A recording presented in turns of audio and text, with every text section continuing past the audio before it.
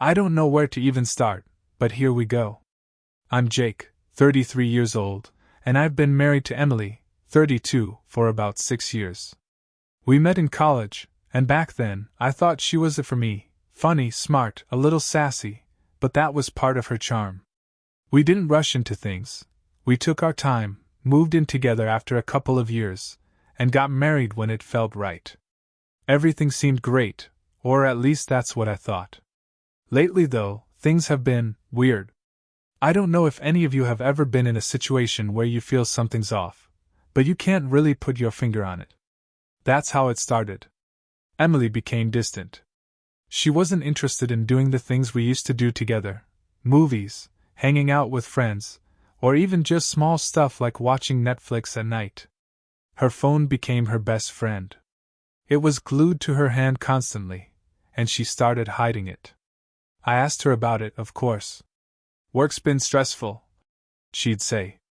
Or, "I'm just tired, Jake. You're overthinking it." And maybe I was. I mean, we all go through phases, right? Maybe this was one of those.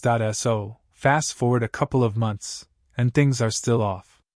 I started noticing more subtle changes. Emily dressing up more for work events that she never used to care about, staying late at the office more often, and even going on weekend business trips. That didn't seem to line up with her usual routine. It was like she was becoming someone else. The real red flag hit me one night when she was in the shower, and her phone lit up with a message. Now, I'm not proud of what I did, but curiosity got the better of me. I wasn't snooping, I just glanced over at the notification.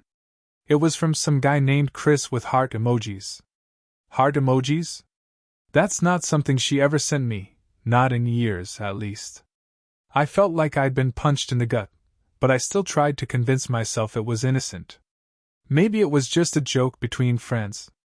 Maybe I was overthinking it again, right? Wrong. A couple of days later, she told me she had another work thing and would be home late. My gut told me to follow her. I know how bad that sounds, and trust me, I felt like a crazy person even thinking it. But I needed answers. So I did. I followed her. She wasn't going to work. She wasn't anywhere near the office. She drove to a bar on the other side of town, and sure enough, there he was, Chris. Tall, dark hair, too close for comfort. And then, right there in front of me, she kissed him. My heart sank into my stomach. Watching your wife kiss another man feels like you're getting stabbed, but you can't pull the knife out. I sat in my car, frozen, not even sure what to do. Should I confront her right then? Should I wait? I wanted to scream, punch something, but I just sat there. After a while, they left together, probably thinking they got away with it. When she got home later that night, I was sitting in the living room, waiting. She had this fake smile on her face, like everything was fine. "Hey babe, sorry I'm late, the meeting ran long," she said as she casually threw her purse on the counter. That's when I lost it. I didn't even plan what I was going to say, it just came out. "Cut the crap, Emily. Who's Chris?" Her face went pale. She tried to play dumb, of course. "Chris? I don't know what you're talking about. Is this some kind of joke?" she said, with that fake innocence in her voice that only pissed me off more. "Don't lie to me. I saw you with him. At the bar. I know everything." The room went dead silent. For a second, I thought she might come clean, but instead, she doubled down. "Jake, you're being ridiculous. He's just a friend from work.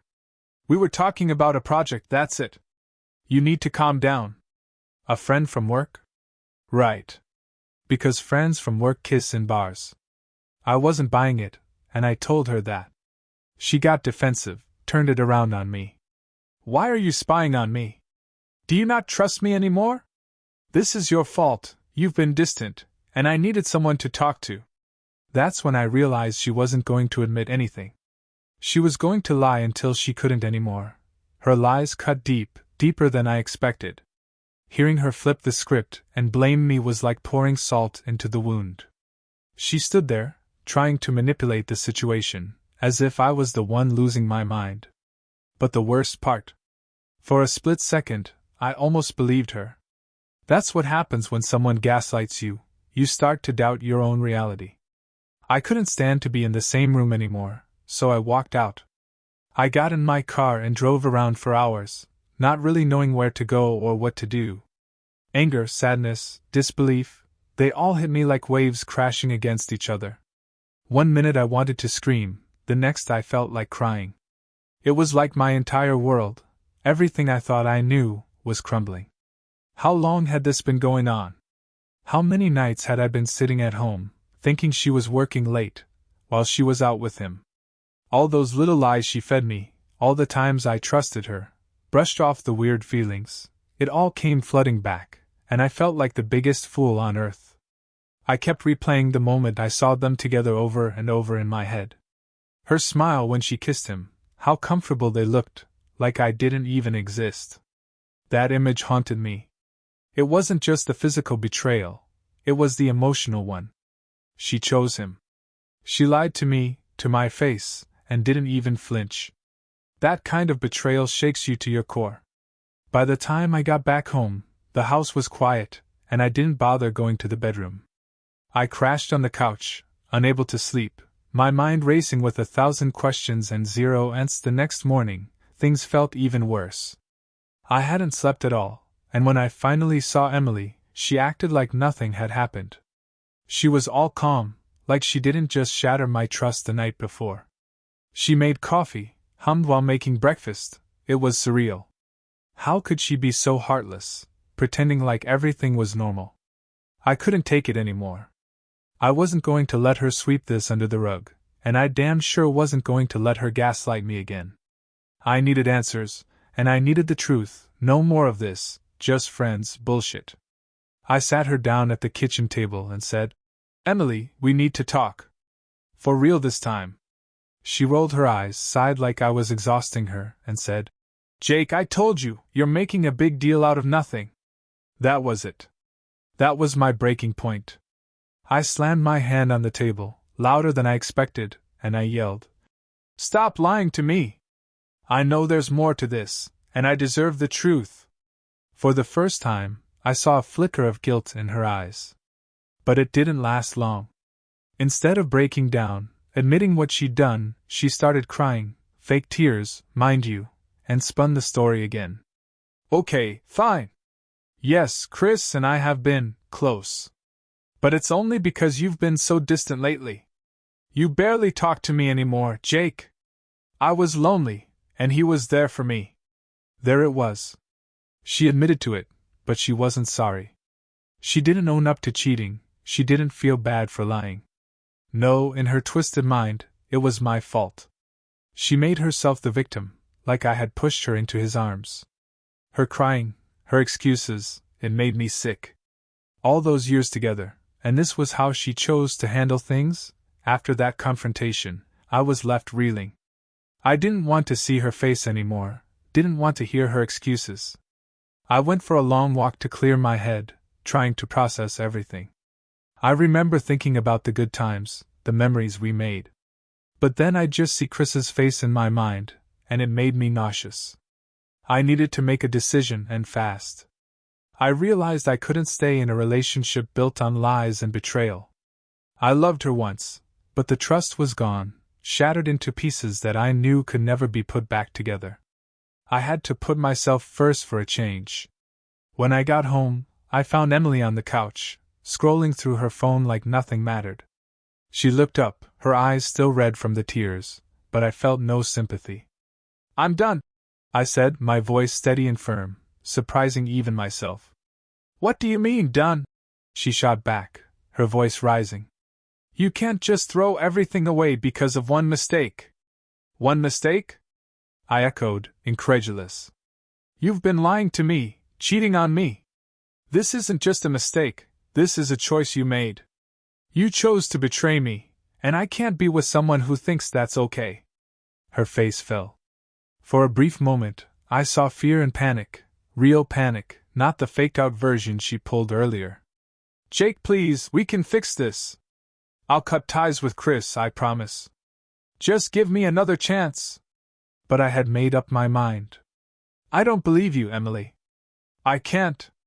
You've broken my trust too many times, and I can't keep pretending everything's fine when it's not. With that, I walked out of the room, my heart racing. I felt free but also terrified.